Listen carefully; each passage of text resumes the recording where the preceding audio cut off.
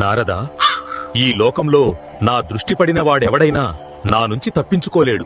అది రాజైనా, రాక్షసుడైనా, దేవుడైనా, ఎవరైనా సరే నా శక్తి ముందు అందరూ సమానమే.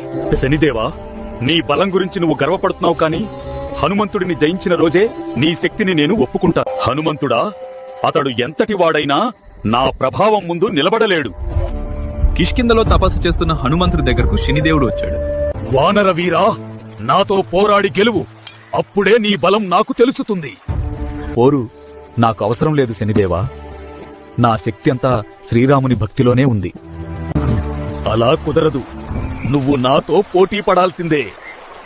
అయితే విను, నా తోక నుండి తప్పించుకోగలిగితే నీ శక్తిని నేను అంగీకరిస్తాను అని హనుమంతుడు తన తోకతో శనిదేవుణ్ణి చుట్టేసి బంధించాడు. ఏమిటిది? విడిపించుకుంటాను, చూడు. ఆపు హనుమంతా, నాకు ఊపిరాడడం లేదు. ఇదే గర్వానికి ఫలితం శనిదేవా. బలమున్నవాడికి వినయం ఉండాలి. నన్ను క్షమించు, దయచేసి విడిచిపెట్టు హనుమా. హనుమంతుడు శనిదేవుడిని క్షమించి విడిచిపెట్టాడు. గాయాలతో ఉన్న శనిదేవుడికి హనుమంతుడు దయతో నువ్వుల నూనె రాశాడు. బలమున్నవాడికి దయ కూడా ఉండాలి. నీ దయను ఎప్పటికీ మర్చిపోలేను.